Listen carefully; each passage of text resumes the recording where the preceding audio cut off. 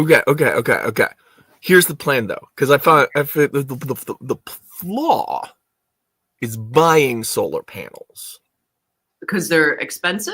Well, yeah, and But what about those little ones that you get like for camping?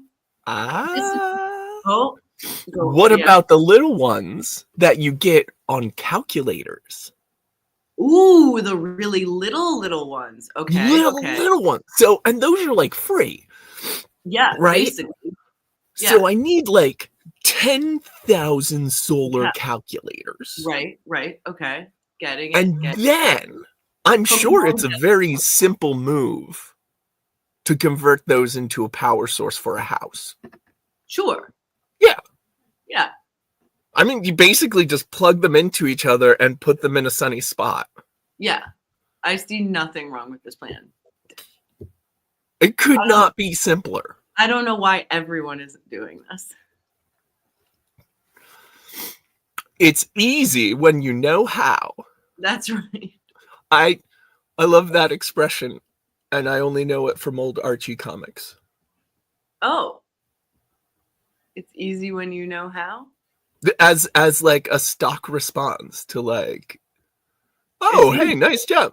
It's easy when you know how. How? That's good. So right now, I've got a bunch of solar powered calculators. No, just a bunch. I got a bunch of props to make today. Ooh, wait. Do you have a show coming up this coming weekend? I do on Friday. 2 days. Get your tickets today. The show is today. No, Friday. Friday. Oh, 2 days. 2 days. Yes, 2 days. 2 days. Well, it was yesterday. It was Tuesday. No. 2 days. Today? No, 2 days. 2 TWO space DAYS. Space? We're going to space? No. Oh, Cubby. I think I just invented a new improv game where whatever the other person establishes, you just panic about it. It's called having anxiety. It's called living your life. It's called being Cubby. Yup. Oh, wait. What? I just realized. Uh-oh. I'm ready for anything. Are you ready for anything? Are you ready for... I'm ready for anything except a secret. I couldn't handle a secret right now. I would freak out. So what do you have to tell me? What I have to tell you is this.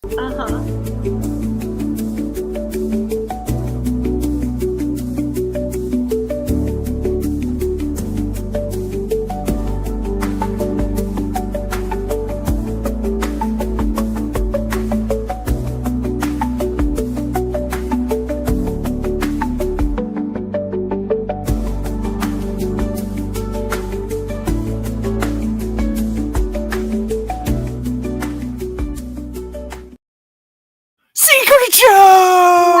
I'm freaking out.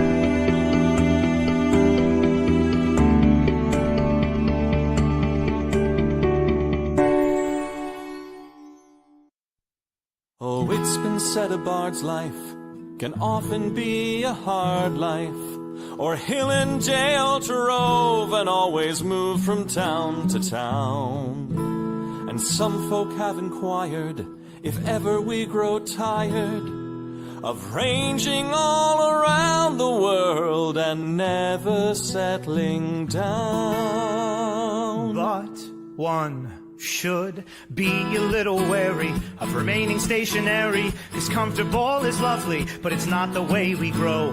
When life starts to unravel, pick up your pack and travel. You'll find a strange serenity in places you don't know. Wriggle-dee-dum-dee-tooter-terry-o-dee. There's so much to see beyond the open door. It's outward bound we go. Who knows what we'll find that we've never found before. Adventures waiting further down the road. It's waiting for you further down the road.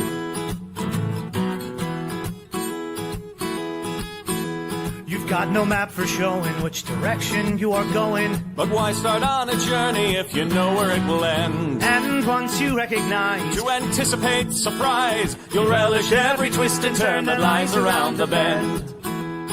Wriggle-dee-dum-dee-tooter-terry-o-dee-da-dee-da-dee. There's so much to see beyond the open door. It's outward bound we go. Who knows what we'll find that we've never found before. Adventures waiting further down the road. It's waiting for you further down the road.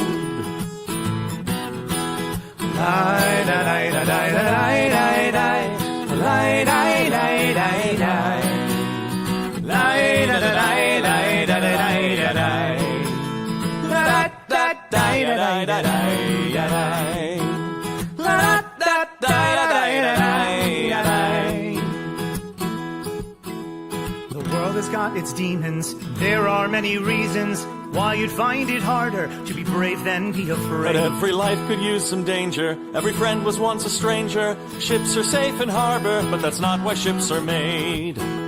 Wriggle-dee-dum-dee-tooter-terry-o-dee-da-dee. A fweet-da-dee-da-dee. There's so much to see beyond the open door. It's outward bound we go. Who knows what we'll find that we've never found before. Adventures waiting further down the road. It's waiting for you further down the road.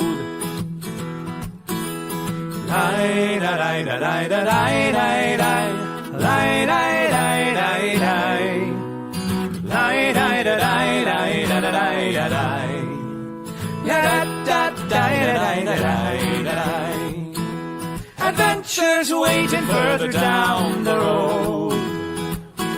Let's go!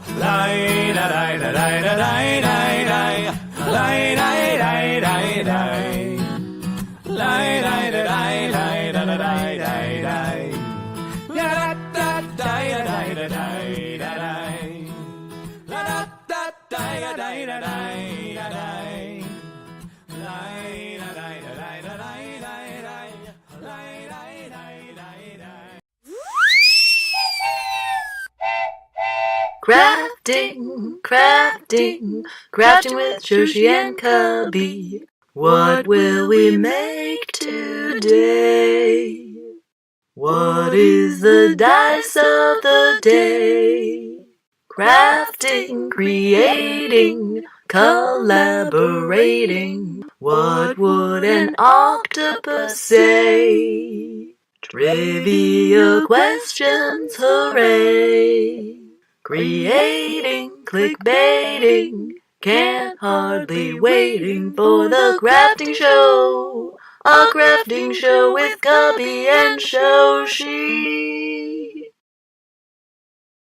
That's we. That's us. Welcome to the show. Bam. Pow.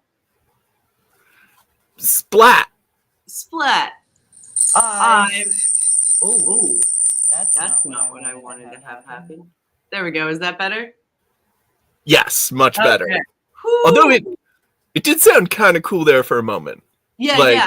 I could bring it in if I wanted to Say something something significant. Yeah, that weird like chirp kind of made it like less annoying and more Yeah. like just weird. That was Yeah. cool. All right, cool. I'll keep that in mind if I need to. Although, if anyone, I know for a while we had someone watching who used hearing aid. So, and that sounds like that might be particularly painful. So maybe I won't do that. But we'll see. We'll see. So I got, let me see if I can make this, there we go, tall enough that you can see the whole thing. So I've got a fair number of props I need to make today. for the show that I'm producing on Friday. If you're in the Los Angeles area, come see Comics Reading Comics. I'll post the thing in the Discord. I don't know if anyone's out here. But if they are, come see the show Friday, 9:30 at the Lyric Hyperion. It's it's worth the trip to LA. It's honestly worth the trip, you know, from wherever you're from. Yeah. But we're doing staged readings of old Silver and Golden Age comic books. So we're gonna have some props that I make to use in the show, and it's gonna look good. This right now is I can talk about it, but if you're gonna see the show, well, it doesn't really ruin anything. Yes, please, Joe Barker, guess what prop that is? I would be amazed. Guess the prop. Tra la la la. Guess the prop. Tra la la la la. Good song, Hubby. Thank you. But I would say I'd be amazed if anyone gets it. But then again, like, our audience is real nerdy, so I guess I wouldn't actually be that surprised. Oh, Shoshi? Got it. Yeah. Surprise, Mab! Hey! The rest of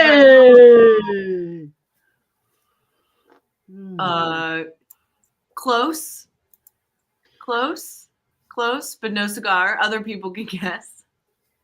Is it a brain transfer device? No. Good guess though. It's way dumber than you think than it appears to be. Is it an earthquake machine? No. That doesn't look anything like an earthquake machine. I mean, What? I would assume. Awkward laughter. It is here, I'll tell everyone. So it is like a hookah pipe set for a freebasing you mount on a bicycle. It is a lantern warning light that Clark Kent, as Power Man, not Superman, wears on his head as a warning light to planes so that they don't hit him. That is incredible. Yeah. And you know what? It's not because he's worried about the plane harming him. It's because he's worried about harming the plane. Right. Yeah. That's adorable. Yeah. Yeah. Because in this comic, Lois has a dream that she gets superpowers and then gives Clark Kent superpowers, but she doesn't know that Clark Kent is Superman. So in her brain, it's Clark Kent as a superhero, and he's fumbling old Clark Kent. Yeah, he's hopeless. So he's like, "Oh, if I'm flying in the sky, I might hurt a plane. I gotta wear a big light on my head." And she's like, "You idiot! Your hearing will warn you of the plane, and you can get out of the way." She literally calls him an idiot. You know what the best part about Power Man is? His disguise. Yes, his disguise is he still wears the Clark Kent glasses. Because Clark Kent needs his glasses. Right. You know? It's a little pencil thin mustache. That's adorbs. It's so good. I love it. How practical. How practical, exactly. How practical. So Hey, yeah, I'm you all will never guess what I literally just opened and just got in the mail. A can of This whoop morning. ass. Good guess. Hey, Um, I mailed it to you. It finally got there. What is it? I can't tell. So IKEA still has some pretty good stuff. They have these really great glass water bottles, and they come with a little like koozie that has a handle. I'm gonna be honest. Considering this has a drawstring, I really expected it was gonna go over the curve. No, it doesn't. Apparently, It does not. But it Yeah. it feels very solid. Yeah, it's very on there. Yeah. and then but it has a handle, so you can have if you have hot drinks or cold drinks, and then you have a handle for it. And it came with a little button, right? What's the button do? Oh, It's just a little microphone. that's adorable. A I little love it. microphone.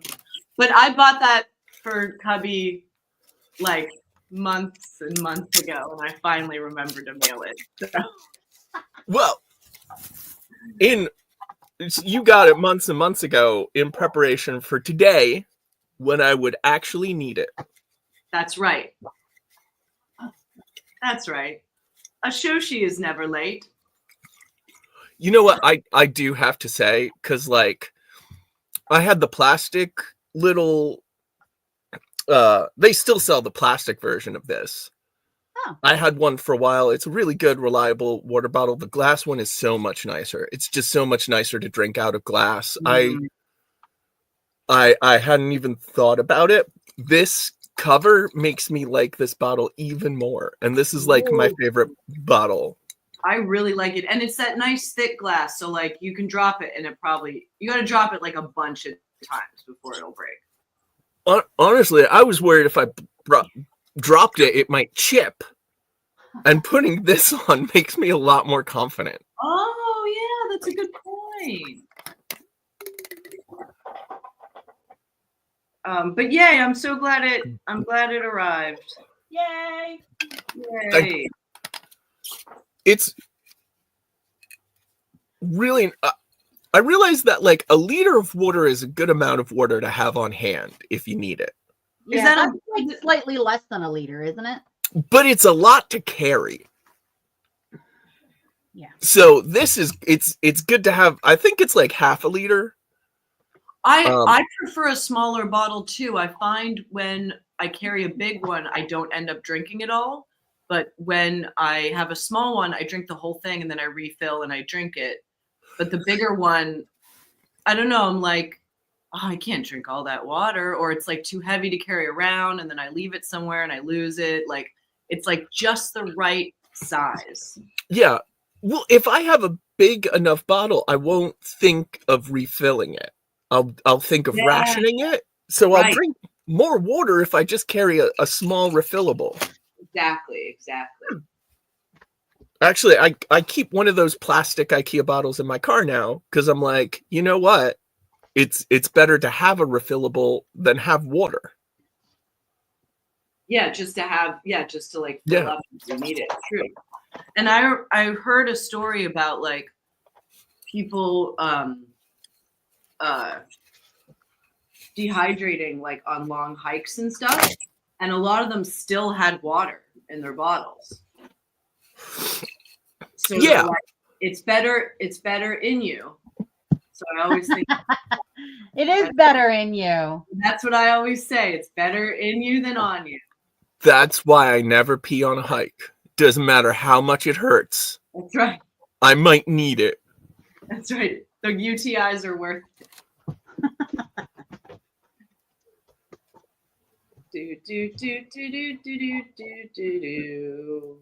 Oh, hi there. I didn't notice you with my new mug. What? Wait, yeah. There it is. Yeah, yeah. And What's this the little guy? Yeah, what is that? Oh, it's just something little, is that to use to go ahead, Cubby. What do you think it is? Is that a resistor? It is. I get it. It's what they use in electronic drawings. I get it. For resisting things. That's a nerd to help maintain the flow of electricity. Joke. It's a battery in permanent sequence. I love it. If you know what I mean. Oh yeah. That's not a euphemism. That's just the conceptual definition. Yeah. If you know what I mean. What? You could get one of these mugs if you wanted to on my shop. What? How would one do that? Well, I have created a shop It's like a mercantile, but it's mobile and it's on the web. Oh, yeah, let's see. And do we I have a sell banner for lots of that? interesting mugs. Did And we make a banner for that? We need to I make a don't know. banner for that. but I do it to help myself during the revolution of the earth. Right. And The regular revolution. because I love it. That's very nerdy. I thought you would appreciate that. I love it. But yeah, I mean, you know, I put it on a mug so that I would see it every day. Yeah. Yeah. Yeah. Yeah. I'm actually going to be making a mess of them as soon as I actually made all of the mugs that I have and have shipped them out. So now I'm waiting for more mugs to arrive so that I can. Wow, that's great. Yes. Yeah, I like it sounds really impressive when I say it like that, but what I didn't know when I put it up on the site was that 4 of the boxes in my box of mugs were empty boxes because I had made mugs and put the empty boxes thinking I would use the empty boxes for something else back in there. So my supply was off, but I will be shipping them all out probably tomorrow morning. Amazing. So what you're saying is that this mug is so exclusive that you had to cut numbers just because of the exclusivity. That's right. 4 fewer people needed that mug on this production for all of us. Actually, I think everybody needs this mug right now. Yeah, it's a pretty good. Yeah. Good to own, also good for gifts. Yes, good for gifts. And the shop is mabsmobilemercantile.com. And right now I put these mugs on sale because I want everybody to have them. There we go. I'll put the link in there. Yay. There we go. Yeah. And yeah. Like this is a precursor to my new see, rent is due. I got a mortgage I got to pay, which is why I'm selling everything I have. Because we live in a late stage capitalist. I'm sorry, end stage capitalist society. Yeah, no, I like the most brilliant line in the Government Takeover song is just the first time I want to talk about it, but I'll be late for work. Yeah. Yeah, I was like, God damn, dude, you just summed up everything with that. Yeah. Work. Who's got that? About it, but we're late for I said work. Who's got that? Yeah, actually, out of everybody on this screen, do any of us have like regular salaried employment? Maybe some of us do. When I order wings, it comes with salary. Mm. That's how I get my roughage. Yeah. But I'm a bad example because I haven't had a regular salaried job in like a really very, very long time. Here's the thing I was thinking about, not to get too political, but I can't not be in every breath I take. Yeah. I'm still doing commissions. So the people who are hiring me right now are artists and entertainers because that industry seems to be doing okay. Yeah. Performers and actors, they are still getting work. It's why? Sort of. It's drying up.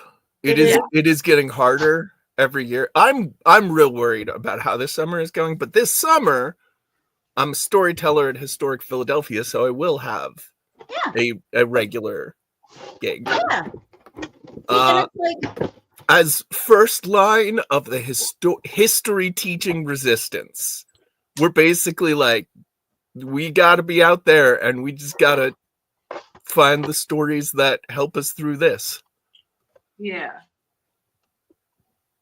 That's nice. Thank you, VLF. Yes, existence is political. We can't help it. Somebody, when I was vending in person, somebody came up to me and asked me about my Be Gay Do Crime design. And it was at a community market, but it was hosted in a church community center, right? Yeah. So I was like apprehensive, but the guy seemed a little confrontational when he came up to me, and I was like, well, it's a commentary on the fact that by merely existing, it's a crime in many parts of the world, and soon, hopefully, fewer. But right now, it's more. And then the guy was like, I never really knew what that meant. And he turned into a non-confrontational person. I don't think he was intending to come off as abrupt and rude. Yeah.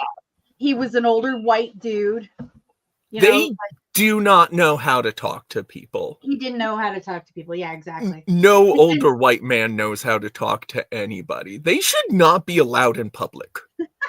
As an older white man, we should be barred from public spaces, honestly. But it turned around, and we ended up having a conversation. And he talked about the people in his life that are gay and how he has no problems with it, but he had never considered that just by existing, it was a crime in parts of the world. Yeah. A lot of not so long ago in this country. Yep, exactly. No, this isn't. Oh, dang it. It is, isn't it? Well, it's been nice. Don't go, Cubster! I'm just trying to help the effort.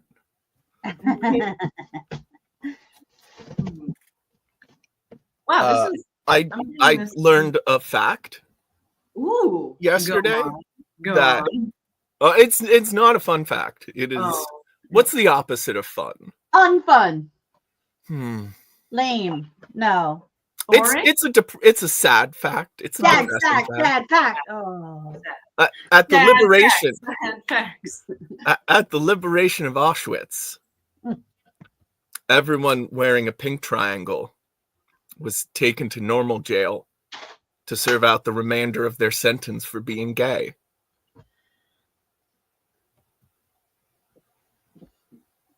Yeah. Awesome.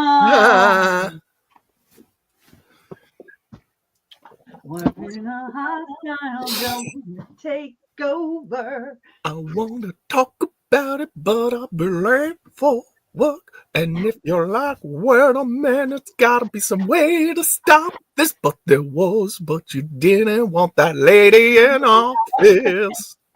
No. That's a fun line there. That is, but late for work is the one that I'm just like, that with two lines, it became the anthem of today's struggle, this year's struggle.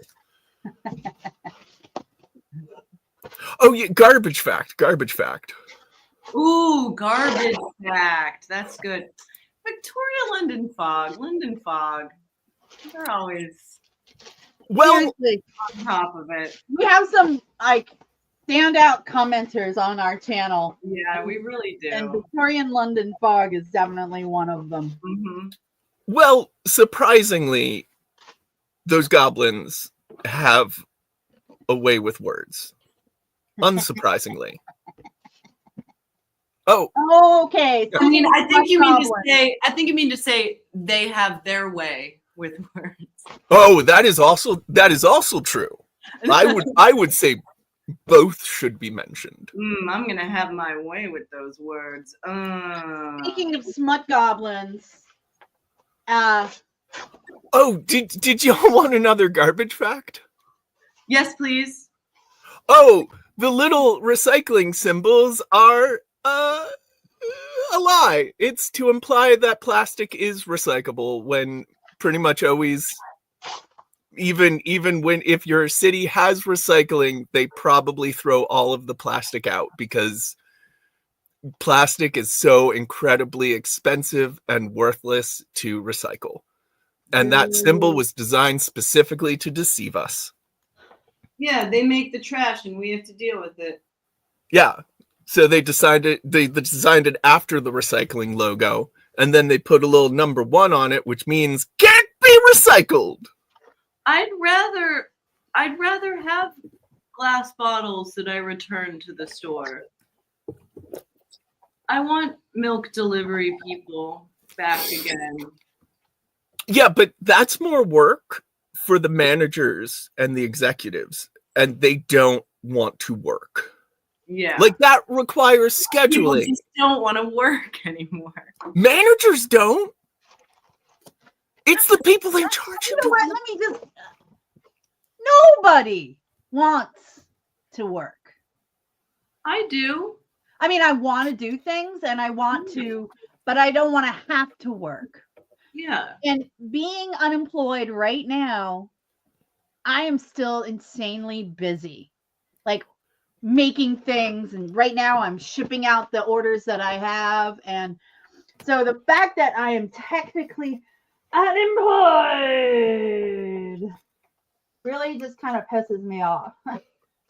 Well, I mean, what pisses me off is that the only people who are just like, as a class, phoning it in and refusing to do their jobs and kind of screwing everyone over is the C-suite class. They just, Those guys. I mean, they just keep Oh. running us through the same failing business model over and over and over again because they do not want to innovate or lead. And their job is leadership. I know London Fog, when I first moved to New Zealand, they still had milk delivery people. And it was great. Why did they stop? You're implying that they don't anymore. No, they don't. They stopped after like I don't know, for the same reasons they stopped here. It's too quote unquote expensive. But yeah, it was so nice. You left a little note with like what you want, and they came and they like brought you milk, and it was great. And I wish we had it again. Yeah, that sounds pretty great. Yeah, it was hella convenient. And the milk was so fresh.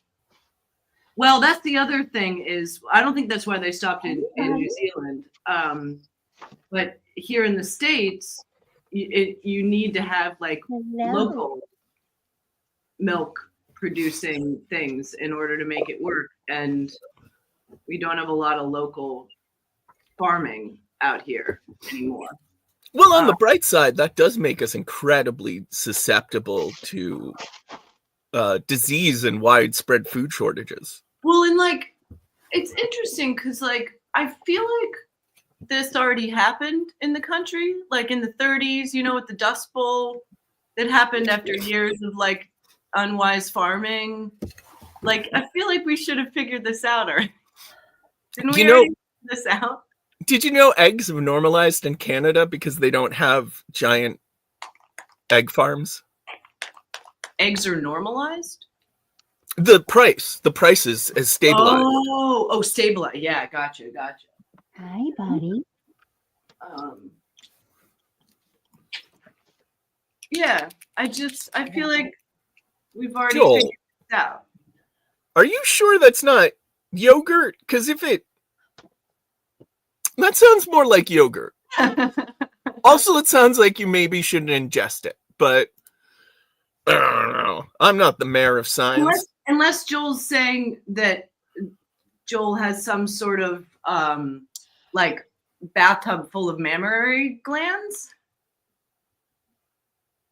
I I don't feel like this is how I would phrase this. I wouldn't call that growing the milk. I would refer to that as tangentially as I could, I think. Yeah, I probably if I had a wouldn't tell anyone bathtub about full of it at all. mammary glands. And just enjoy my bathtub milk all by myself. Well, I mean, you can take a bath in it. Mmm. Chunky bathtub milk. I like that. chunky. Where was it in the 30s where we got, was it blue or green milk? What? Oh, there was like a time period, I can't remember if it's here in England, where like the industrial milk production got like so messed up that the milk was like a different color. Oh, I remember this. Yeah. And you know what is interesting? Do you remember the movie Napoleon Dynamite when he was working on the dairy farm or like the 4-H competition? Yeah. And they had all those milks lined up and he would take a drink and say why it was what it was. And he's like, this one wandered into an onion patch. And you could see they were different shades. Yeah. Yeah. You can. Have y'all ever had grass-fed milk? Oh yeah. Yeah. You can taste the grass. I want to feed a steak cow. The milk in New Zealand is like a little yellow. That's the fat does that, doesn't it? That's like because that's where butter comes from. Yeah. It's good. Oh, Salier says blue skim milk. No, I mean the milk itself, like the actual milk. Yeah, not like the color of the cap, unless that is what you mean. That might be. I think that's what they mean. I think they mean it was skim milk and it was blue. Oh, great. Okay, I do. Okay, good. Yeah, I don't remember. Yes. Supposedly, I don't really know what the whole deal with bathing in milk is, but like, it is. Well, lactic acid can be good for your skin, supposedly. So I guess that's where bathing in milk comes from. Yeah, I guess it's the fatty, or all the fats and the creams. It's the acid. Okay. And then also, it might also come from like old-timey Europe where like smallpox, cowpox inoculation. Yep. Salier was saying it was skim milk and it was blue back in the day. Okay, there you go. I don't think fish can give milk. I think that's just mammals and almonds. Almond.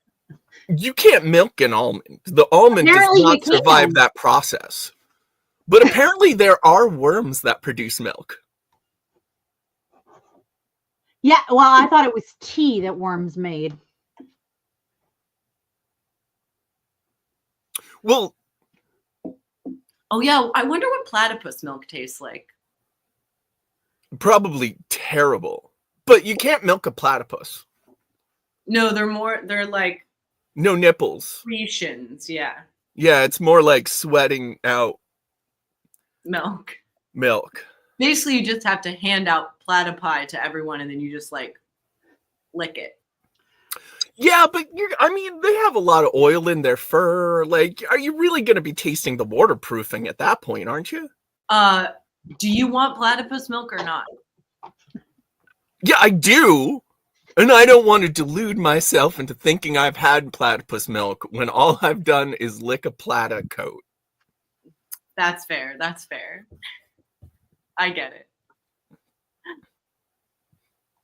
I think I'm done. I can't believe I did that so fast. Guys,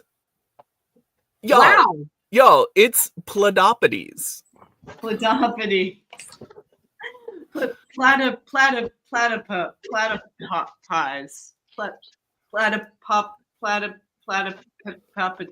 Papadopoulos.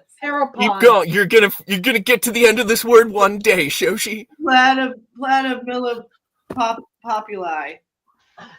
Vox populi. Oof. Yes. That's a good move. Actually, you're actually thinking of the Pleiades. The Platypodes is it's like an era, like the Jurassic era or the no. You're thinking of Paleolithic. Oh, you're right. I am. Oh. Yes. You're thinking no, what a platypus is it's like a person that's the object of another person's love. Like the deep love I have for this other person is a plot of. Oh no, I think Mab, you're so close. I think you're thinking of platonic. Oh, okay. Like, Oh, that makes so much more sense than parasocial. But maybe you were actually thinking of what London Fox said is paramour. I was thinking of platonic paramour. Okay. Oh. All right, yes. No, you're so a platypodes is they're in the sky. They're in our solar system. We have 8 of them. No, Shoshi, those are planets. Oh, right. Planets. Yeah, I always get that mixed up. Thank you. Yeah, we're talking about nuts. Yeah. Nuts. Yeah. Oh no. Platypodes nuts! What?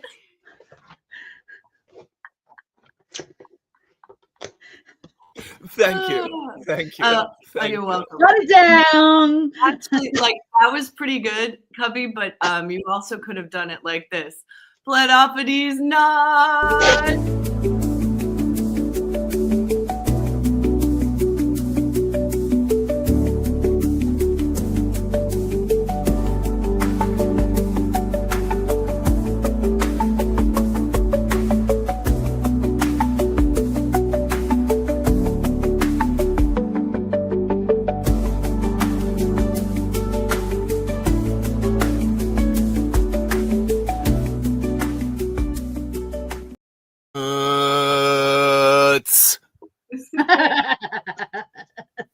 Good job, everyone.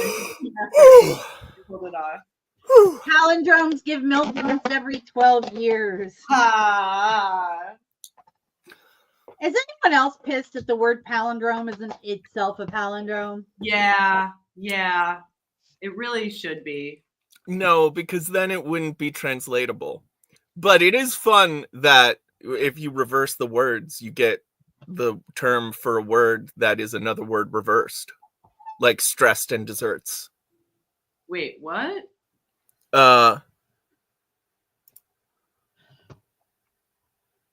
Immortalap. What? An immortalap. Stressed is an immortalap of desserts. That's the term? That's the term. I didn't know that. Which means you can work palindrome into a palindrome. Besides, any really satisfying palindrome is multiple words. Yeah. For the record. Yeah. Like a taco cat. Mm-hmm. Yeah, that's a good one. Although I still suspect that They Might Be Giants didn't actually know what a palindrome was when they wrote I Palindrome I. They seem to treat it like a sentence structure as opposed to a letter structure. I gotta re-listen to that song. It's still it's a bop though. It's a great song, and it's great. It's where it kind of delves into the emotional content of the concept of palindrome. Yeah. That's really what it's important there. And I am a snakehead city. Oh, that is such a good one. I'm putting that one up.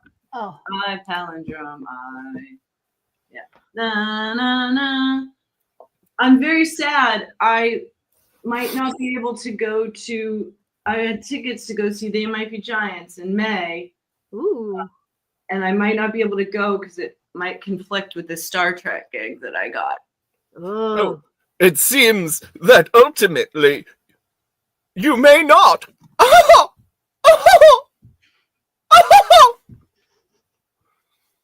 I just should have been a wit at Versailles. I mean, basically you are. I think my toxic trait is that deep down, I think I could have held my own at the Algonquin Round Table. I think you could have. I agree with that. I think if I had been alive, I would have had a chance to hook up with Dorothy Parker. And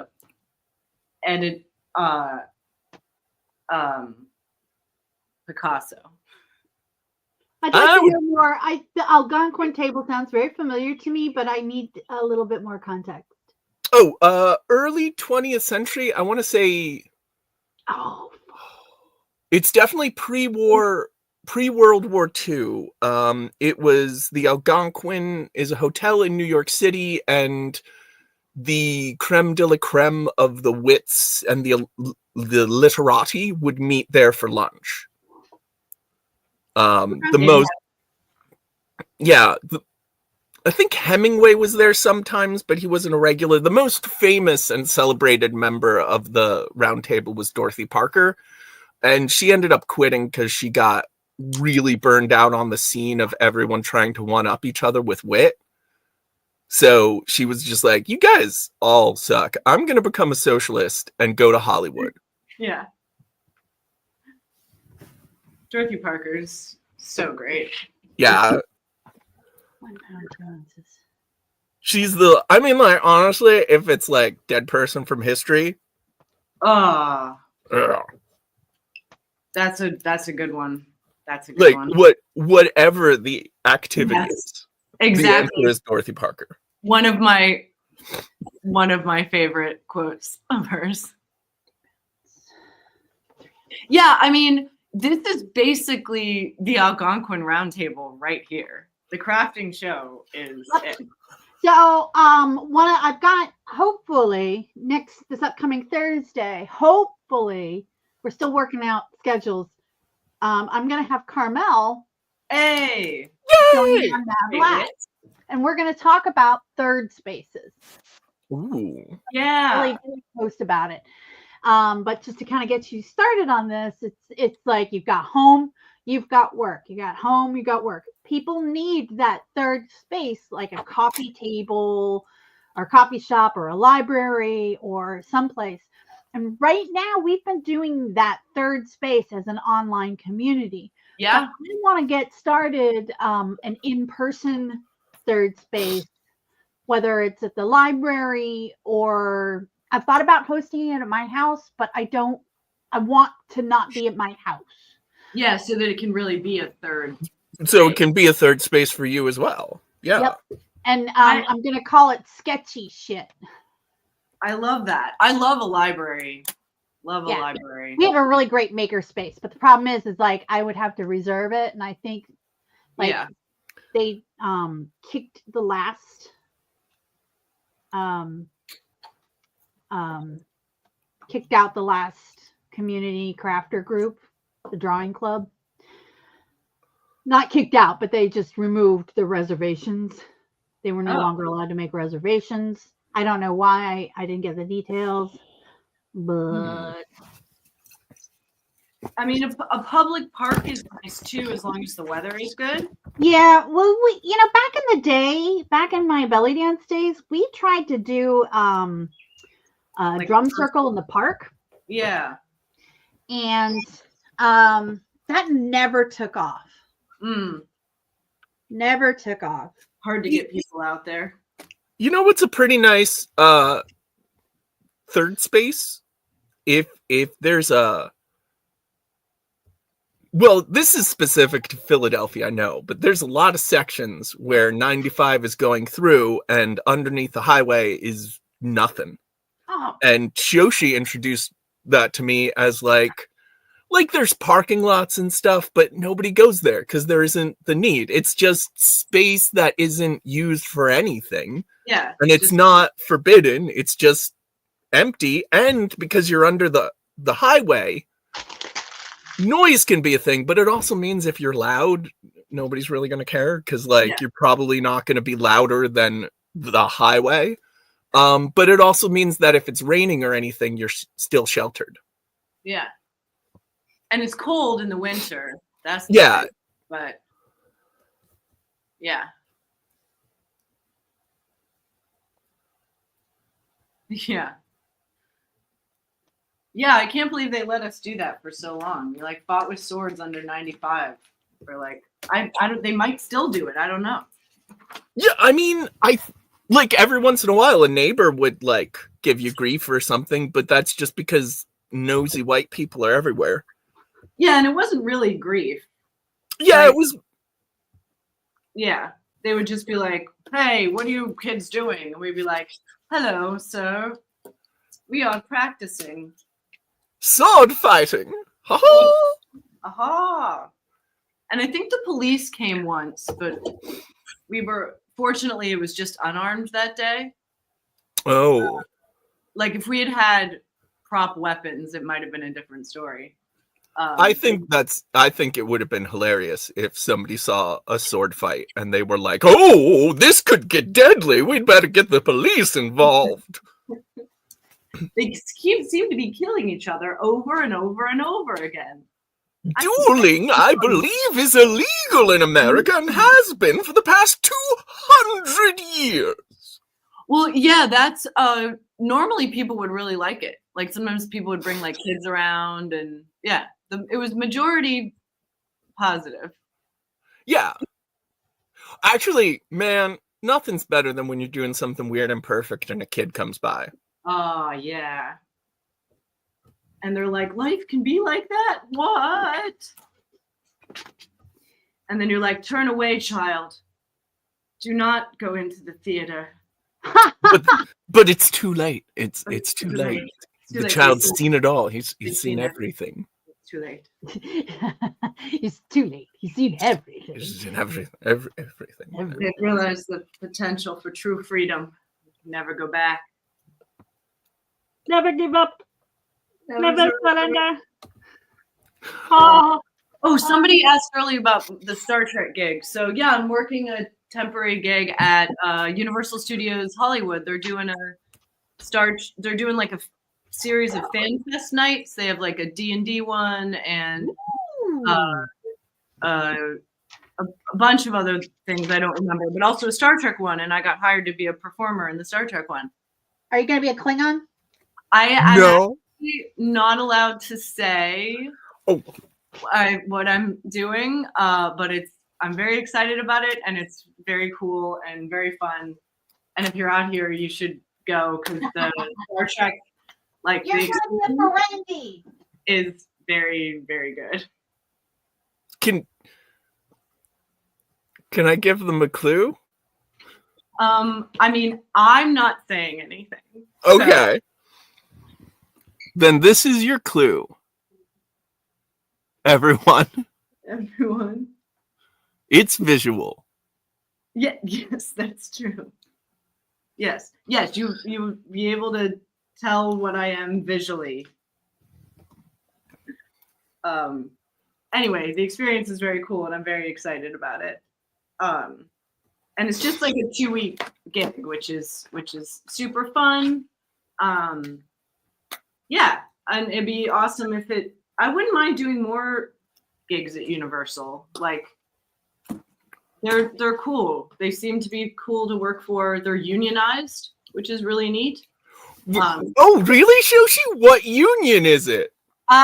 This is the best part. I get to join AGVA, which is the American Guild of Variety Performers, originally started by vaudeville and burlesque performers. That's a thing? How does one join? So there's not that many opportunities anymore. Most of it is in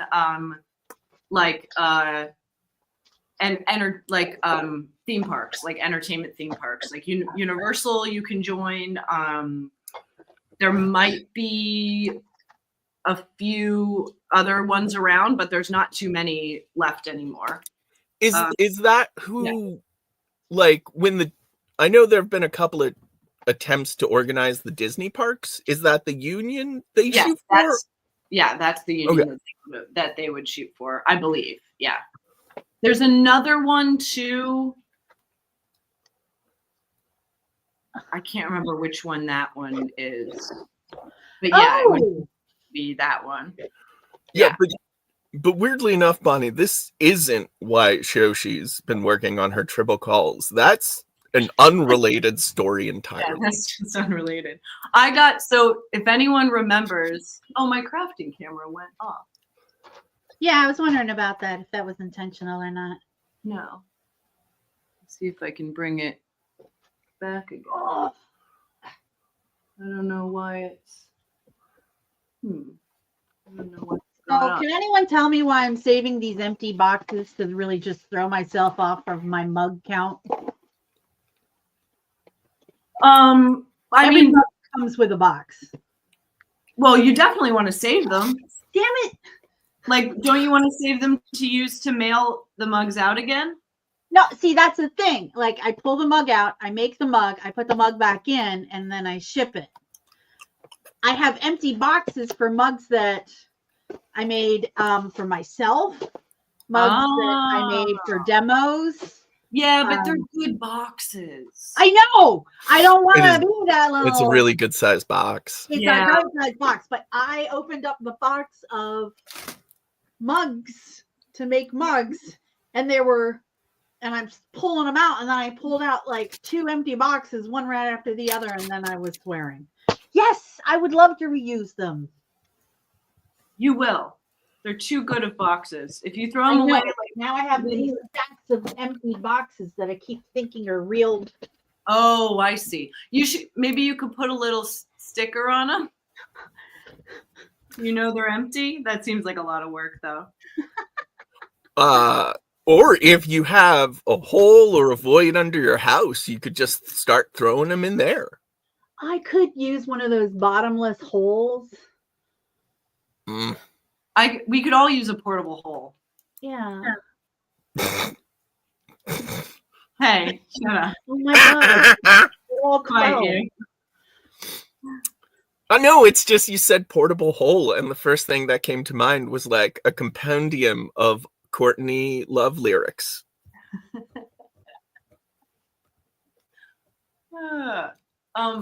Give me 1 second. I'm going to try and fix this.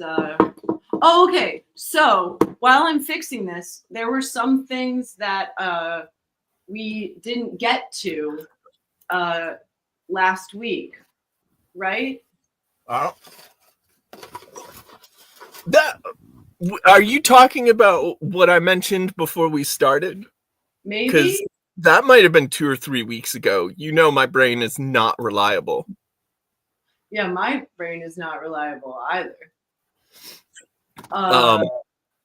But a while back, when my back was giving me trouble and Shoshi was suggesting I dangle myself a little to help with it. And I was like, well, I have a real sturdy chair that I can support myself like this on, because it's a this end up.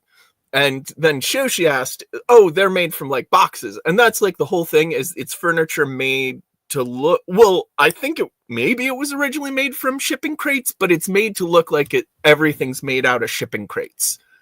And they're super duper sturdy, and I love them. I have a couch and a chair and a couple of tables, and one day I am going to just have a whole this end up room. Yeah, there we go. I got it working. I remember that shop. Dang. Oh, in the mall? Wasn't it the coolest place ever? Oh, everything was it was really hard furniture everywhere. And you couldn't sit Wow. on the arms of the sofa like we used to as a kid You can. You just have to learn how to perch yourself. and have a non-bony butt. Yeah, a little bit. You know what? I get around by that by just kind of sitting on my upper hip. I get around it by having a juicy butt. Oh, Shoshi and her badonk. Yeah, it's Back with the everyone, sauce on the bonk. everyone knows. Saucy badonk. I used to dance on tables for money sometimes. I didn't know the stories. And At the Legendary Dolphin, I believe. at the Legendary Dolphin in Philadelphia. And one of my favorite things someone said about me, they're like, "Hey, where's my name?" There was Molly. They're like, "Hey, where's Molly tonight? You know, red hair, big ass." I was like, "That's me." Oh, thank you for noticing. I had red hair at the time. Exactly. I'd be too powerful if I had both.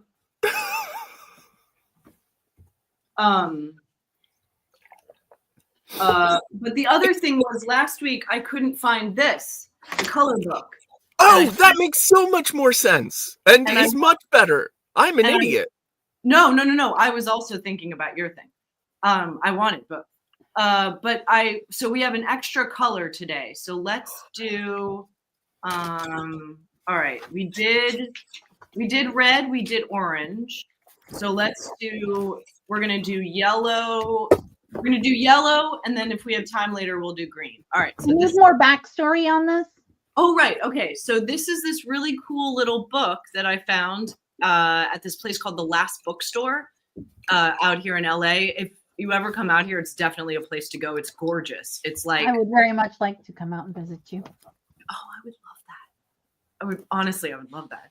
That would be so And cool. it's like I the whole- want that to happen, and I won't be there. I just want it to happen. Yeah. It's gorgeous. It's all decorated, like the doorways. Some of the doorways are just like filled with books, and each room has a theme, and like, I've seen photos. it's gorgeous. But I thought it was just like a fun little like Pantone like color sample book, you know, like one of those things that has like nice, like. But then I read it more, and it has these beautiful descriptions of colors. So I've been reading one. So today we're gonna read yellow. So this is yellow. That's my favorite color. Before you go down that, I Yes. want to note something. Yeah. Very recently, like in the past week, I was doing a reflection on how my color palette right now has been primarily black and white. Oh yeah. And I don't know why I have shied away from color, because I used to really love color. Mm. So I'd like to hear more about this. Yeah. Yellow. There's a good reason why the smiley face icon is yellow. As the color of the sun, yellow quite literally lights up our lives. Psychologically, it is the happiest color in the spectrum, transmitting feelings of optimism, joy, and spontaneity. Think of the term sunny disposition. Association with the sun also gives yellow an enlightened aura, signifying wisdom, intellect, and imagination. The feeling is supported by science, as yellow quickly registers with the brain, stimulating the nervous system and the mind. Yellow is a color you can't ignore. It visually pops out at you. Yellow's high visibility also promotes quick, clear thinking, according to legendary color theorist Faber Biren, who focused on the functional use of hues in everyday life. Biren was responsible for the creation of the Yellow Pages in the 1950s to relieve on-the-job monotony for telephone operators. Research from Pantone later confirmed Biren's theory, proving that a yellow background with black type is the most legible combination for printed material and the most conductive to memory retention, which is interesting because that's why it's good to like highlight. in yellow. Yellow background, Yeah. black text. Yeah. No wonder it's used on legal pads and traffic caution signs. Yellow also adds vitality to other colors, making hot hues seem even more brilliant and bringing cool colors to life. It's therefore a consistent favorite in the home, filling any room with warmth, good cheer, and light. Most popular in kitchens and dining rooms, yellow also provides an appetizing backdrop for food. A little goes a long way. However, in small doses, it encourages lively conversation and happy times, but prolonged exposure to bright lemon can provoke too much mental stimulation and create anxiety. Pale buttercup is a safer choice in the home. Yellow sends out other mixed messages as well. References to a coward being yellow started in 10th century France, where the doors of traders were painted in that color. But traitors, not traitors. Oh, that makes a lot more sense. But that negative association has been replaced in more recent times with overtones of patriotism as Americans tie yellow ribbons around trees in support of fighting troops. Yellow. Interesting. Great. And they What have about the color of urine? And growing up, we had a yellow kitchen that made me nauseous. it probably made you anxious. It was probably too much of a bright lemon. Well, they always used to say don't paint your bedroom yellow because it'll drive you crazy. Like as a bit of folk wisdom. Oh, no, I grew up my first bedroom when I was a baby was sunflower yellow. Mm. And I love that color. That's like my favorite color, that like orangey yellow. Goldenrod color. Marigold. Marigold, yeah. That's my See it on wait, the that's your wall. favorite color, Sushi? Mm-hmm. That's my favorite color. What? Really?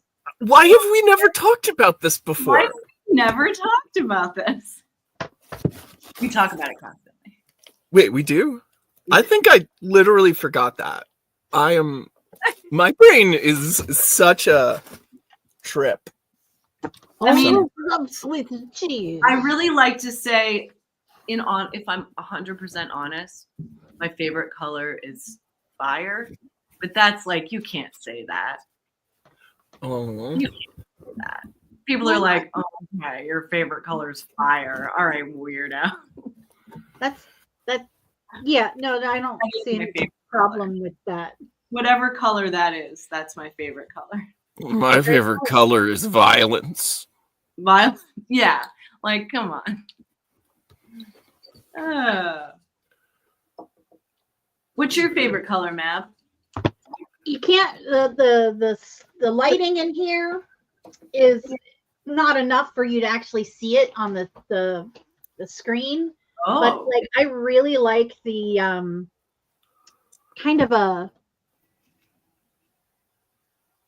pale grass green.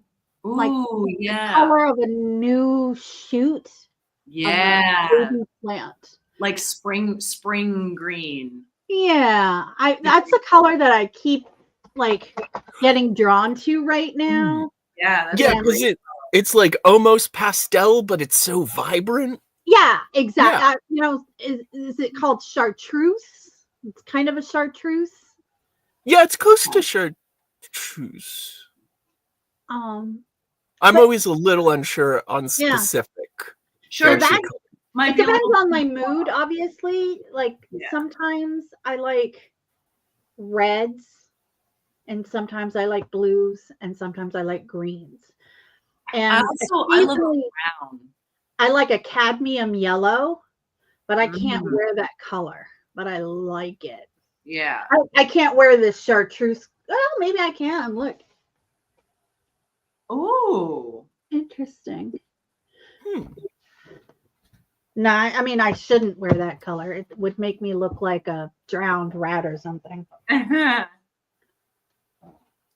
See, I don't remember where or when or the context, but I have a vague memory of learning at one point that urine can be used to dye cloth yellow. Urine is a mordant. It is not a dye. It So- can bleach. So what it does, it bleaches, but it also Like solidifies it. it color fasts.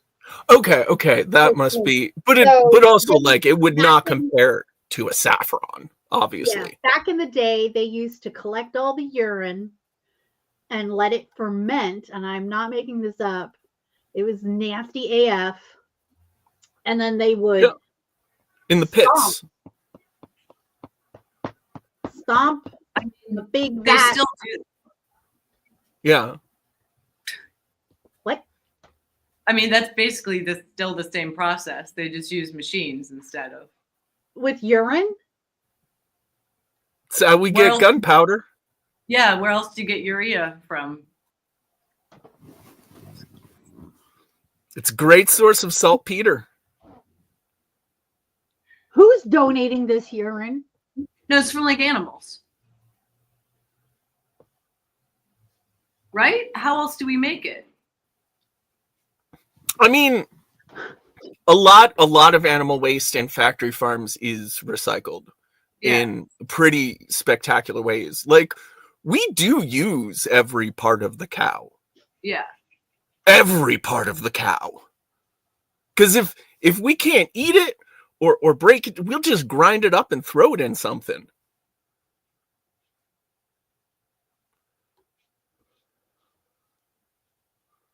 I'm pretty sure. When we were kids, they always said, the Native Americans used every part of the buffalo. And it's like, yeah, we still do, man. Like, there's not a lot of waste if you can grind it fine enough. Yeah. Yeah, I the know waste, that hay waste burners, from other like, sources. cows that, animals that eat a lot of like hay and straw and stuff like that and grass, their poop is really good fertilizer. Mm-hmm. Yeah. Well, that's the waste that gets the most attention, because those giant, you see the giant things of Manure. the towers where it's like being brought down, that's made into fertilizer. It's recycled into feed. Like, they make feed additives from like the waste. When I say every part,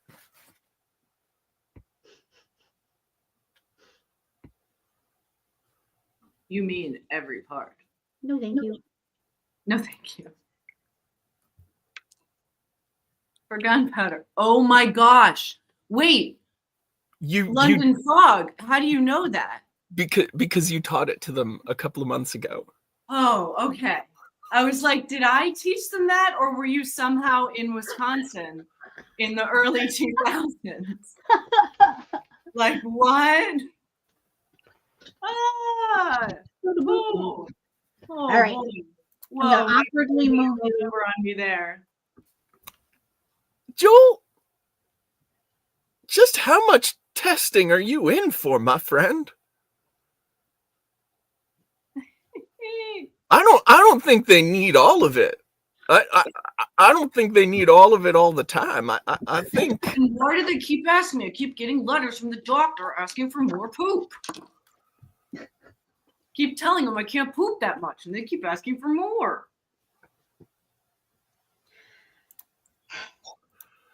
That's fair. Everything changes so much. Like, why not mail your excrement to a doctor? Yeah. Or a politician. Wait, be careful with that, because remember, DNA testing. no, well, if it kills a brown baby, it's fine and normal and good, and we support it. But if it mildly insults a white person, it's terrorism. Yeah. I've heard this. I don't think I'm ever going to use this. Unnecessary? Unnecessary? I would say of varying usefulness. But I also love using fetish as in the classical sense. Oh, what is that? Like orgy in the classical sense? No, it's spiritual. It's a fetish is an object imbued with the spirit of a god. Oh yeah, right. Orgy just means party in the classical sense. Okay, I didn't realize that. Yeah, that's what there's like a couple times in like the original Peter Pan book, they talk about Tinkerbell going to a fairy orgy. And you're like, but it just meant party. That's hilarious Yeah. on every level. Yeah. The best part about that is orgy probably had that connotation by them, but Barry just had never heard it used that way. Yeah. Just like, whoa. Oh, What do you mean? no, oh, that's what? Well, I don't want to hear about men and women do that together. Sorry. J.M. Barrie, if you've ever heard of Peter Pan syndrome. What is it called? Peter Pan syndrome? Yeah, Peter Pan syndrome. Tell me It more. was like big in the 80s. Oh, Sounds no, it's Peter Pan syndrome became a shorthand for immaturity. But there is a clinical Peter Pan syndrome, which is and the archetypical example is J.M. Barrie's life, because J.M. Barrie had an older brother whom his mother loved more, and the brother died, and he was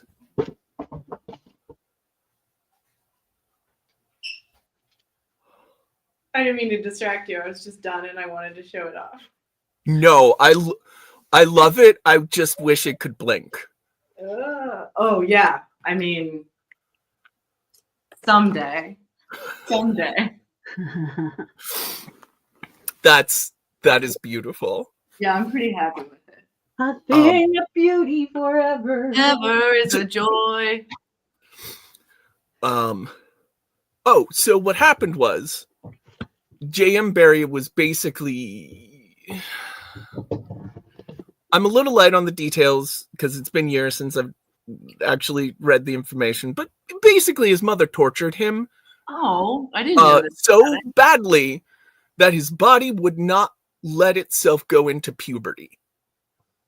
What? Really? J.M. Barrie never actually fully went through puberty because What? of anxiety. And I that's had what never heard of this. What?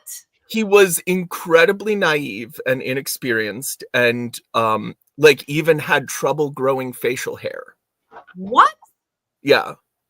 Basically, Peter Pan syndrome is your mom stressing you out so much that you're low T for your whole life. No, but he had a huge mustache, didn't he? It was not easy. I think he had a small one, and I think that's like the only place hair grew. Whoa. Whoa, indeed, my friend. I had no idea. Wow. I Yeah. had no idea. That is wild. And if you look into it, the details about him being raised in the shadow of his dead brother, who is the one who should have lived, Oh my god, I hate that. it's Woof. Yeesh. Woof. Aye. Ay, ay, ay.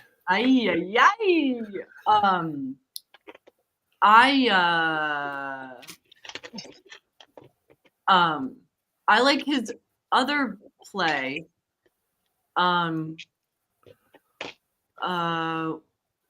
What is it called? Pink Pony Club. No, that would be amazing though.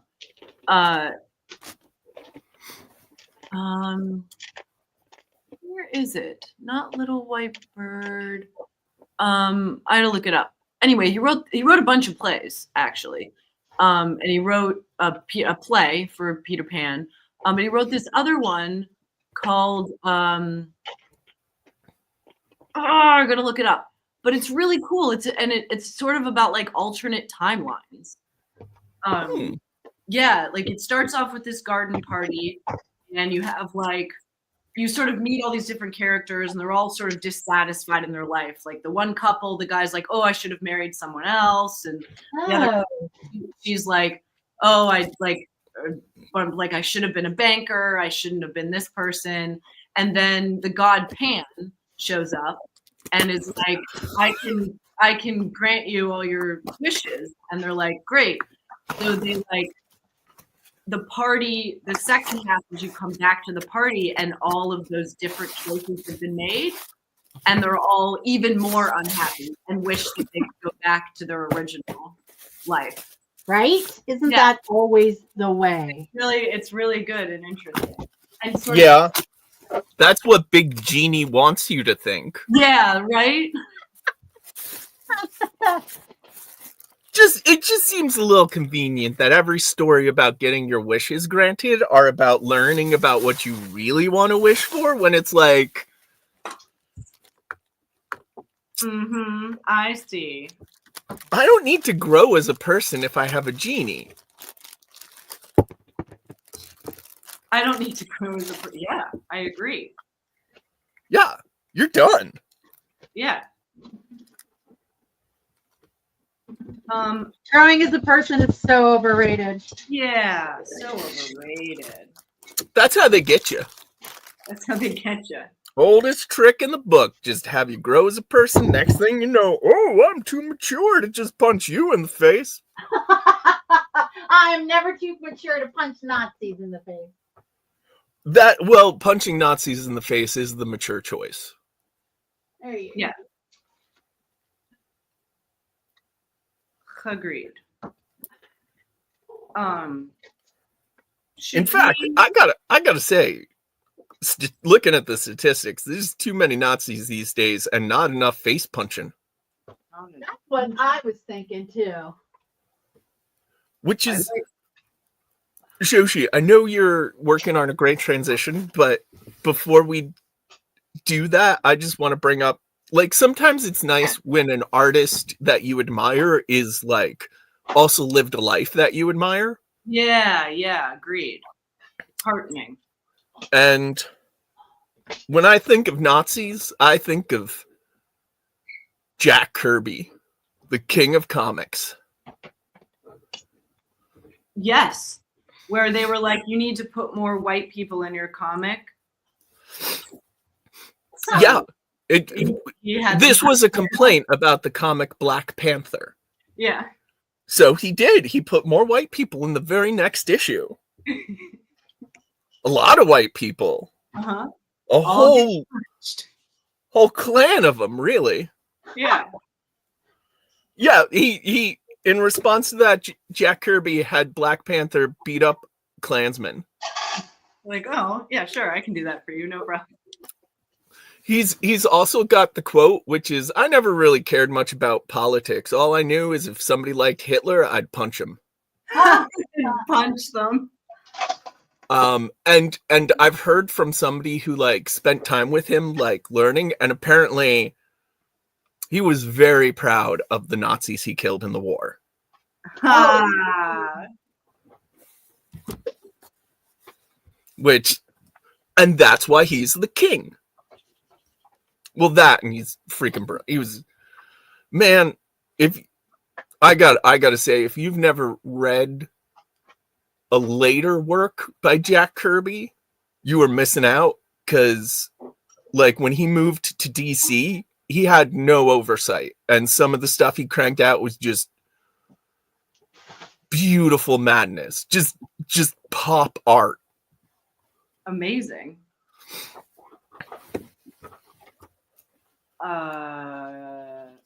So. Also, one time a bunch of Nazis showed up at the building. Like multiple guys, and they were in the lobby, and they called up, and so Jack Kirby ran downstairs to fight them, and they were gone by the time he got down there. They're like, oh shit. Oh no, we gotta run. Fucking yeah. That's pretty legendary. That's pretty great. Thank you for letting me share some Jack Kirby stories. I love that. That's a great story. There's a good story about Humphrey Bogart, who lived kind of in the part of town that I live.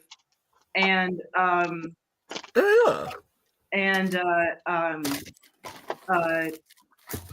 Shoot, now I can't remember her name. Amazing voice. Did the voice was Catwoman? Oh, Eartha Kitt. Oh my God! Thank you, Eartha Kitt. And Eartha Kitt, I young, learned about her the other day. very very young. I think it was Eartha Kitt. Very very young Eartha Kitt, like moved into the area, and there were some like racist people going around and being like, "Hey, there's a black person in the neighborhood. We want to start a petition to get them kicked out." And Humphrey Bogart was like, "If you ever come here again, I will kill you." Like, if you come here again, or you harass me, or you harass her, like I will track you down and I will destroy you. And they're like, "Oh, okay." You don't want to mess with Humphrey. No, especially after he lost Bacall. I have no Oh. doubt he would have actually murdered them. Yeah. I Speaking love of that. Bacall, I just watched To Have and to Hold, which I think was her first movie with him. Hmm. Oh, do you have the Criterion Collection? I don't think I do. Oh, you would. It's a TV channel, and it just has like all old movies, Hmm. and it's amazing. Like, I've gotten to see stuff that I never thought I'd be able to see. Well, I mean, you've heard of Criterion, right, Mab? Yeah. Like I the have closet and everything. That edition of Brazil, Oh, nice. which is a great freaking movie. That's my kind of one of my favorite movies. Yeah. I didn't know you liked that movie too, Matt. That's great. For a long time, it was like when people were like, "What's your favorite movie?" That was my answer. What, you know the thing about Brazil? Huh? I want to hear just real quick. VLF. That came to mind when Shoshi started talking about Bogey, and I almost guessed Lena Horne when she said "great singer" because of Frank Sinatra. What he did, I think Sinatra ended segregation in Vegas, basically. Yeah. Because he was like, "Hey, you ding dongs, knock it out," and they. Yeah.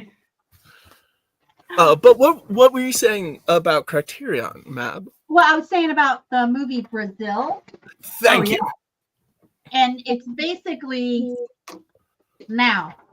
I know, it's like so like. And I have had this reflection, and I think I would like to share it with another fan of the movie. There were no actual terrorists. No. Thank you. It was just the HVAC failing. Yeah. Yeah. 100%.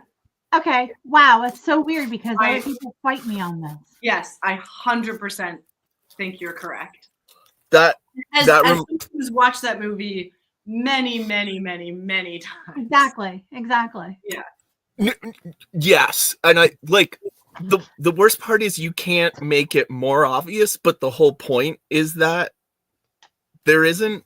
But that reminds me of I haven't watched Starship Troopers in a real long time. But somebody brought up that there's absolutely no way the Bugs could have sent an asteroid to Rio de Janeiro. I'm listening. That was just like a lie. That was just an asteroid that hit. And so they blamed it. Like it's wow. You actually start to wonder if they are an empire or if this is just like a weird genocide. Like, I'm pretty sure that is. Yeah. Yeah.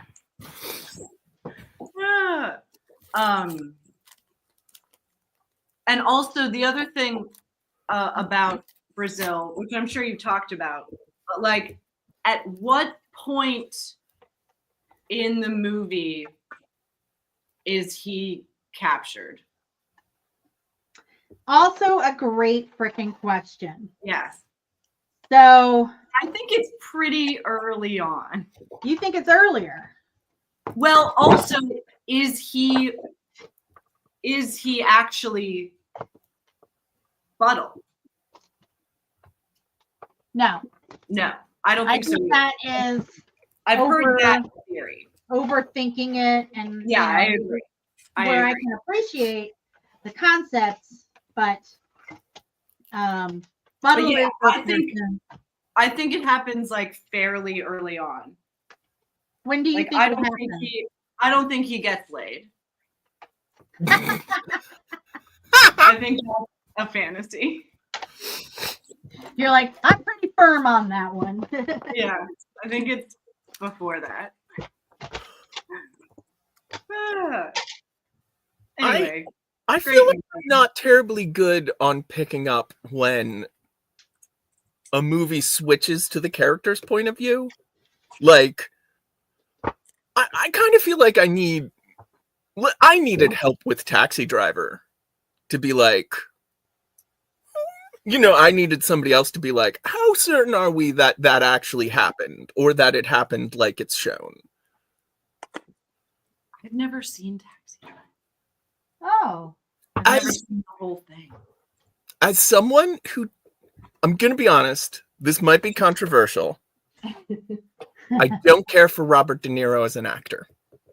oh, I don't really either. I don't hate him, but I don't. He doesn't do anything for me. He's just there. Like, is he like? I don't get it. Doesn't do anything for you. yeah. Um, So, and it's a lot of Robert De Niro. yeah. But I also, I ended up seeing a couple of really early movies of his, and I'm like, oh, he just does his rhythm shtick. Yeah, he has a thing. Yeah, he just found a great pace. But it's also terrible in this movie because he takes forever to get through a scene. Garrett Graham shows him up so much; it's not even funny. I guess I'll watch it at some time. I wouldn't honestly. I'd say you're better off with the homage movie Serve and Protect. Oh, who's in that? Seth Rogen as a mall cop. Okay, that's the. See, I'm not a big Seth Rogen fan. But Yeah. maybe I need to see that movie. I can see. You know what? He's being used well. Okay. So like, I like Seth Rogen, but like I get that sometimes he's just doing that stoner shtick energy thing, Yeah. and like, and it's fine. But if it's that's not enough. But it's not one of those movies where he's just Okay. cast on. He's a little bit doing a character like that, but then we're seeing how that character interacts with the world, Okay. and stuff. Serve and protect. Absolutely. Okay. I'll check it. Joel Barker, please share a celebrity encounter. Yes, please. Ooh. I have a shit celebrity encounter I can share from way back in the day. Oh, yes, please. Well, I was at Williamstown Theater Festival doing lighting design. Nice. And Williamstown Theater Festival in Williamstown, Massachusetts is known for getting a lot of like celebs in to do a 1 or 2 week show Ah. for the summer. So it's a great little racket. Tons of people come up from New York just to see the shows, and it's a whole thing. But at the time, my best friend was in kind of complete lust with Gwyneth Paltrow, Oh hell yeah. and Blythe Danner was in the first show of the season, and Gwyneth had been there last year, so Gwyneth showed up for the premiere and was hanging out. And like, I'm not really an autograph. I mean, I like getting somebody's autograph as like a memento. Yeah. But I'm not the kind of person who would go up and be like, "Oh, you're so famous. Can I get your autograph?" But Fair if it's not, it's Yeah. different when it's not for you. Right. Ah. So my friend, her name is Elena, spelled Alana, which everyone always says Alana, which drives her crazy. So I say, I'm so sorry to bother you. My best friend is just such a huge fan of them. I can't miss this opportunity for them. Could you write a quick note, a little thing? And I tell her the name and she goes, Alana? And I go, no, Elena, because it's my friend's thing. And I wasn't thinking about it. And I realized that You got real aggressive. I'm inconveniencing this very lovely famous person who is, and now I'm yelling at them. And I felt terrible. I like froze up, and then I think I awkwardly said, thank you, I'm sorry, thank you. And then I just like ran away. That's really funny. Their Futurama uses that when Lena is a pitcher. And I love her responses. Oh, that's a very popular name today. Oh, Today. Okay, so I was working concessions at an event, and Joe Rogan was in my line about a week after he sold out and endorsed Trump. And in that moment, I didn't poison him or throw anything. I was just kind of, whew. I think that showed a lot of strength. Yeah. Probably a little too much, but that's fine. Not that endorsement made or broke, Yeah, like, but he's a really annoying aspect of our world right now. Yeah. And the chance to mess with him in particular is just so tempting. Like, if I was working concessions, Joe Rogan's, like, how do you not just go and pee in a cup a little? Just so it's ready to put in his drink. Or just like lace it with schmegma. Get all the schmegma that you can. Or rub the bun on your taint. Or dose it with so much damn LSD and Molly that you actually kickstart that D-bag's empathy. Oh. Okay, so now I need to have an always be carrying Molly. A, B, C. Always be carrying hardcore psychedelics. Should we do some trivia, everyone? Yeah! Trivia! Trivia.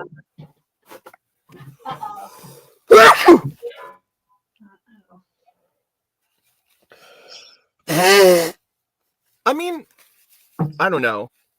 It's rude to give someone LSD without their permission, but it does feel like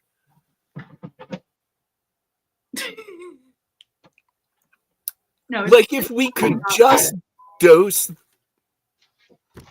that convention they have, the conservatives convention. Oh yeah. Like if we could gas them with LSD. You know what though? Like, it sounds good in theory, but then like I've definitely know of people who like do LSD and in the end they come out of it and they're like, yes, I'm correct. And that would be the worst. And they'd be like, oh no. Sorry, like learning about that tech bro that like did LSD and discovered empathy, and it was like, yeah, dude, we've been trying to tell you. Yeah. Or would it all CPAC? Thank you, Fog. Yeah, look. I don't want to suggest anything over the top or anything, but what if we got like 1,000 gallons of pure uncut LSD and just dump it on CPAC? Is it LSD that we want or Molly? Both, all. Molly was actually developed as a medication to help people discover empathy. Yeah, Molly does have the unfortunate side effect of taking away your ability to feel happiness if you take it. Oh. It's regular usage, like messes up your ability to feel, I think, serotonin. Wow. Oh yeah, because it produces so much, your body's like, ooh, I don't need any. I got too much of this. I better stop. But Because serotonin, too much serotonin can kill you. yeah, also too much Molly can kill you. You cannot die of an overdose of LSD though, which is Really? there's not really anything it does to you other than your nervous system. I didn't know that. Well, that's good to know. Yeah, it's weird because people have been now. If you do too high of a dose, there are Side effects. yes, You can I mean, call can you be permanently tripping? not permanently, but LSD does like to hide in your fatty molecules and then anytime you release. work out and lose weight, you trip. Yeah, yeah. That's the acid flashbacks. Yeah. That's what they are. They are literally acid that metabolized into your fat that your body has rediscovered. Huh. I love it. I never got those, damn it. You got to do a lot of it to get it to hide in your body. If that's of comfort at all. Maybe. I don't know how much.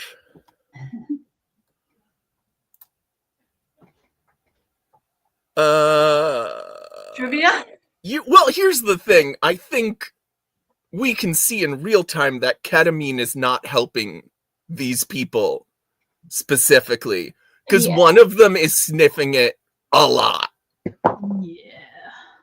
And it's just making him just as egotistical and more unhinged. Not doing anyone any favors. Right. I have to find a trivia deck, right? What do I have?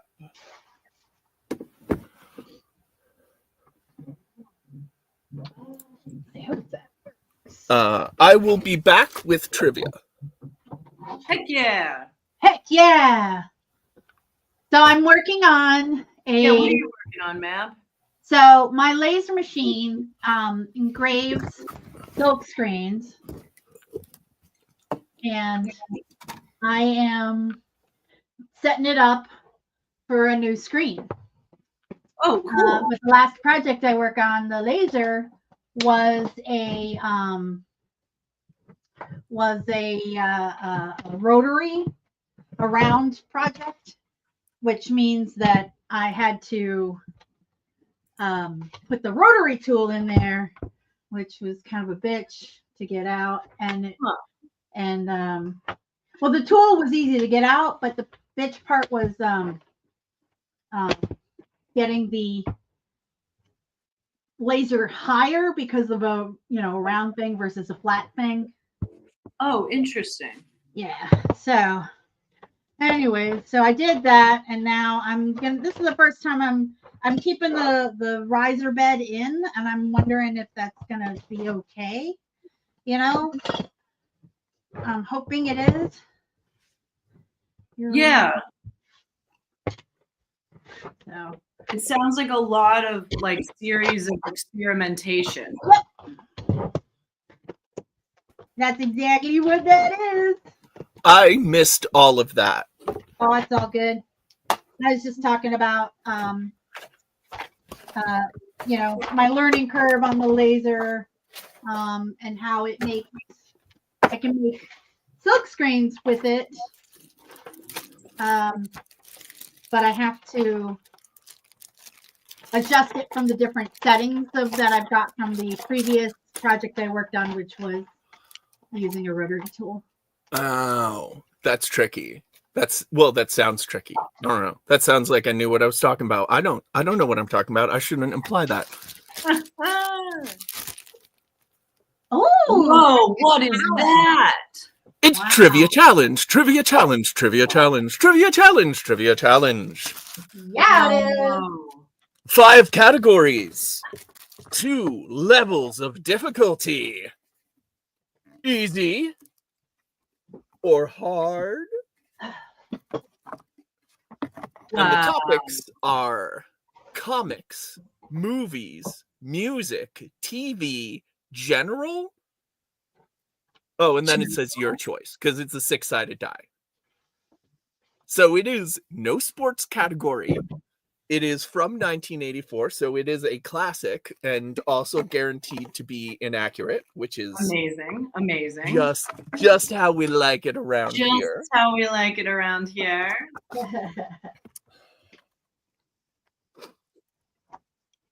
So, okay. I want to keep the categories handy in case. Let's start with the easy category. In the comics, what is the name of Superboy's sweetheart? Remember, Superboy's sweetheart, not. So if you're thinking LL, you're right. But if you're thinking LL, you're wrong. And if you're thinking LL, come on. The mermaid? You're going to bring up the mermaid.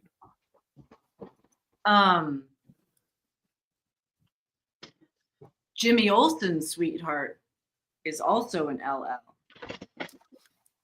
I ain't saying they really like the alliteration, but you know, Lex Luthor might have something to say about it. So I know the answer. That's true. I know the answer. I want to hold off because I'm sure other people also know the answer. Lana Long? Say it. It's close. Lana Long? Lyle Lovett? Lang. Not Lois Lane. The other L was Lorelei Lemuria. The mermaid. That was the mermaid. That's the mermaid. Okay, all of these guesses are great. Lyle Lovett, Lucy Lawless, Lorenzo Lamas. Oh, really good. Very, very good. Very good. A very renegade sort of love. Very good. Oh, and also, we're going to do all of the questions and then all of the answers so that I can play too. As is our way. But the answer is Lana Lang. Like, I just knew that.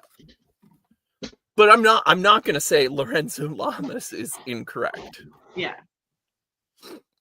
What famous movie star made his acting debut in the movie War Hunt? Oh, never heard of that movie. What Vegas movie star? What now? What famous movie star? As opposed to those obscure movie stars. Right, it's those movie stars you've never heard of. Oh, he's a huge star. You wouldn't have heard of him, but huge. Did what? What am I? What famous movie star made his acting debut in the movie War Hunt? Never heard of that movie. Me neither. War Hunt, the hunt for war. Clint Eastwood. Found it. William Defoe is a good answer. Robert Redford. John Wayne. I'm gonna say Cary Grant. Oh. It's probably one of those things where he didn't have a very big role. Yeah. I mean, Willem Dafoe is always a good guess. Yeah, that's a good guess. Okay. I'm gonna say Gwyneth Paltrow. Oh, and in case anyone was confused, that topic was movies. Oh. Well. Who did Roy Orbison write about in the song Claudette? Oh. I mean, Claudette. presumably that person's first name is Claudette, but not necessarily. Claudette could be a location. Mm-hmm. And also it could be like a pseudonym Like And- we all know the song's really about blah de blah. Well, it could Oh, also y'all be that still- the answer is in terms of relationship. Oh. As in like a friend or more than a friend? Yeah, like a lover, a girlfriend, or possibly even his mother. Right. Or a Could be his landlord. landlord, a lady boss. I only know two things about Roy Orbison. Those were taught to me by Saturday Night Live when John Belushi played Roy Orbison, and everyone goes up to him and goes, Roy Orbison, you're known for two things. Standing perfectly still when you perform and wearing sunglasses all the time. But that's not going to cut it here, Roy Orbison. Just everyone mentioned that. He stood still and he wore sunglasses. That's all I know. That, and he was a traveling Wilburys, but I But feel who like wasn't? the Traveling Wilburys is more obscure than any member of the Traveling Wilburys. Yeah, that sounds correct. Oh, that's classic. Very well done. Also known as just the least handsome supergroup ever. Oof. I'm sorry, but when Tom Petty's your pretty boy. I'm gonna say his mother. Yeah, that's what I was gonna guess, just because it's like whatever. So I'm gonna say his wife. All right. All right. The next category. Oh, that was music, by the way. Oh, thank you. What North Carolina town was the setting for the Andy Griffith Show? And to Oh. anyone needing further context, the category is television. So, was it Mulberry, or is that just a fictional name for a real town? I think it's Mayberry. Mayberry. Whatever. Mayberry. I knew it was a different Mole May, Miss Yeah. Berry, Maybelline. Mayberry just down the road from May Not Berry. That's right. Marion Barry. Not to ruin things, but Marion Barry was the inspiration for the mayor that I created for the Patreon Saints game. Ha. I heard he was framed. Yeah, he was. When I was living in DC, Marion Barry, after serving time for the crack possession thing, was running for mayor of DC again. And in the primary, he got so many write-in votes. Oh, actually, he was taken off of the ballot because of some paperwork thing. So he was only a write-in character, only a write-in candidate for the primary.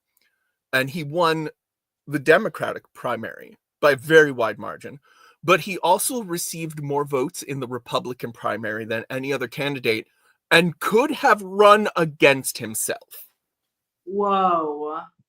Well, not legally. They were like, well, you can't take both but like, come on, man. Marion Barry versus Marion Barry. Who you going to vote for? I love it. Not like shit mayor. No lies. Well, no, like a decent, but he connected with the people, and the DC populace is so disenfranchised that that's all it took. Like, yeah. Like it's pretty grim in DC, like politically, or at least it's been a while since I've looked into it, but like. Well, you live there, Mab. How do you feel? It's grim. Yeah. Well, not because of any of the local politics, which are a little difficult, but mostly because it's DC versus the federal government right now. Yeah, it's because it has been. Sorry, I didn't mean to interrupt. No, well, yeah, but like all of the Fed workers getting laid off it's changed the tone here. It's really dark. I think that's gonna what's happening is gonna be very bad for that area, isn't it? Oh, it is already. So yeah, But we soldier on. Well, do not fly the in it. really thing to watch out for is there's a lot of lines, so there's a lot of police districts, and it matters a lot which one gets you. Because when I was living in DC, PG County had the most suspects die in custody of any police department in America. Yeesh. Yeah. That's where the Washington football stadium was. And the last question on the card, the category is general. What was Charles Lindbergh's plane named? I mean, I know the answer, but I'm pretty sure other people do too. So I Oh, wanna me too. hold off on answering to give the people a chance, to give the lag in the chat a chance. But what was his baby named? The stinky cheese.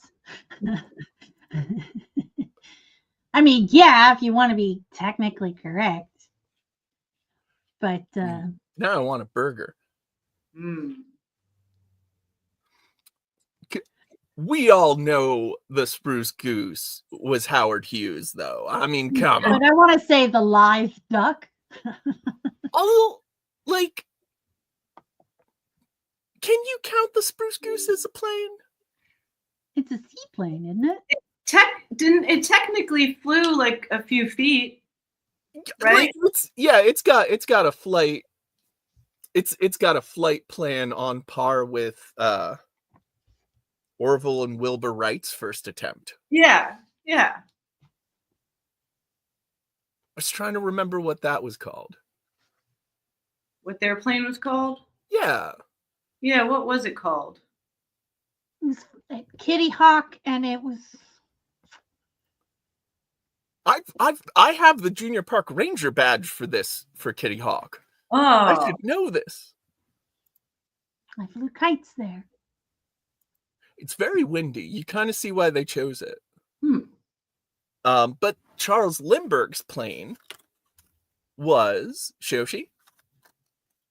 Oh wait, did everybody get a chance to answer? I mean, I think it's been long enough. Okay, the Limburger. Oh. Yeah.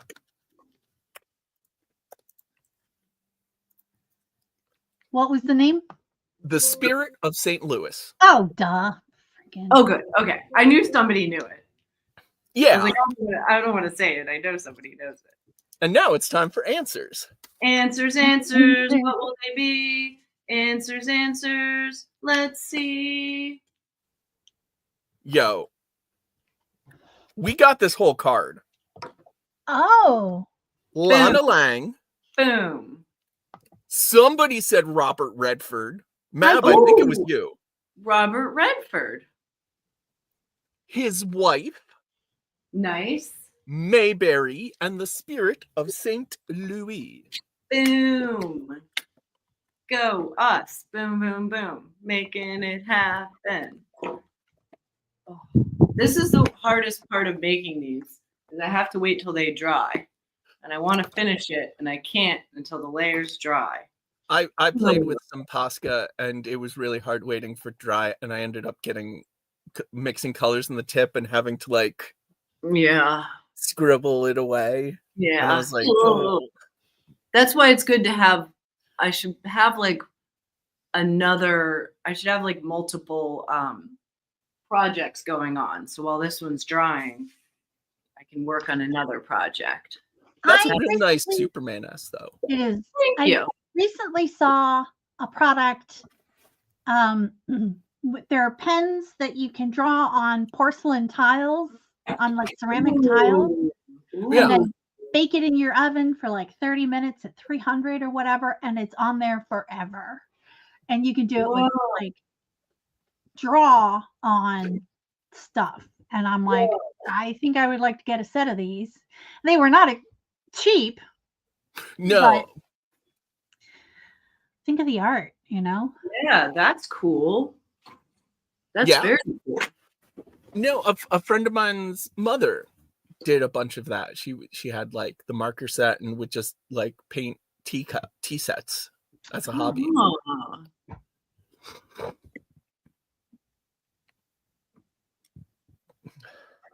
Let's see. I need to do, what's a good Clark Kent tie? Isn't it just like a straight dark brown tie? No, sometimes he has like stripes on it. Sometimes he's got like blue and red stripes. Yeah. Sometimes it's just a plain. Ah, I get it. Blue and red stripe. Yeah. But that's like, I want it in the comic book. Yeah, sometimes he wears stripy tie. Sometimes it's just a straight up black tie. I want to see what it is in like the like Golden Age comic. Let's see. I'm looking it up right now. All right, I that want to say one. black and red stripes for that era is like what I imagine when I try to picture him in that style. Yeah, that's what it seems to be. He's got like a navy blue suit, and then like I think it's like black and red striped, or maybe. Do you think it's maybe navy blue and red striped? That sounds realistic because you don't want to go with a bright blue tie and Yeah, I think it's blue and red striped. A lot of pictures of Superman, not a lot of pictures of Clark Kent. Yeah, honest. I mean, at that time, blue was used to highlight black a lot too. So like, yeah, that's true. If you want something to read like cartoony black, you want to put some blue in there anyway. Blue in there, yeah. So navy blue with maybe some slight brighter highlights, if there's an opportunity, might be. Yeah, I think that's. And we'll just do the classic. And I can also picture it like that, Victorian London Fog, just a plain red tie. Yeah. Yeah, I think I want to do, I think on stage, I think the stripes will play really well. Yeah, I'll do blue. Yeah, I think that works. I think that's a good call. That is the best mode to get into. Just yelling out words. But you know what time it is. Oh no, are we at time? Is the show done? We are at time. Wow. So quick, so quickly. Time goes by so fast when we're having fun. Aww. And now we're at the end. You were having fun? I was. Weren't you? Yeah. yes. Yeah. Yeah. No further questions? Yes. Yeah. As much fun as one can have. All right, now that's gotta dry. Switch back over a bit. Oh no! Okay. Okay, that's true. But have we considered what Clark Kent would look like in a bolo tie? You know what? I bet there's somewhere. I bet some episode he's a cowboy. Oh, guaranteed Clark Kent has to cover a rodeo and has to dress up as a thing and like has to do the thing where it's like, oh no, if I'm the greatest horse rider ever, everyone will know I'm Superman. I have to pretend to be bad at this. And then he just can't help himself. And then he is, and Lois takes a pot shot against him. Right. Lois always kicks him when he's down. He does this thing where he's like, oh, I'll pretend to be bad at it so no one suspects Clark Kent. And Lois Lane is like, Clark, You suck. you are the least desirable man I have ever laid eyes on in my life. You suck. And Dang. to think I ever suspected you might be Superman. Oh.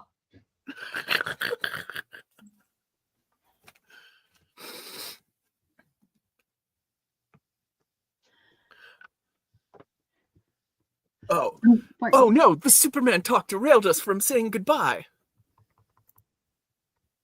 Don't you think that was on purpose? Ha ha Ha ha ha ha. Ha ha ha ha ha. ha ha. ha. Mm. I could keep this up all day. Well, thank you everyone for joining us. I had a great time. Yeah. I was just kidding before when I was pretending I didn't. So thanks for joining us. I will not be around next week. What? I have a rehearsal on Wednesday. Implying that you are a wildly successful performer? No, it's just for my storytelling job for the summer. Okay. That sounds awesome. I still mean- think you're a wildly successful performer. Yeah, I would say the fact that you have a rehearsal at all means that you're a wildly Yeah. successful performer. Okay, I think it might not be till 2 though, so maybe I can join on my phone. Oh, Okay, sweet. But no stress. Okay. Yeah. But yeah. Well, we'll miss you. And in the words of Orthniel C. Marsh,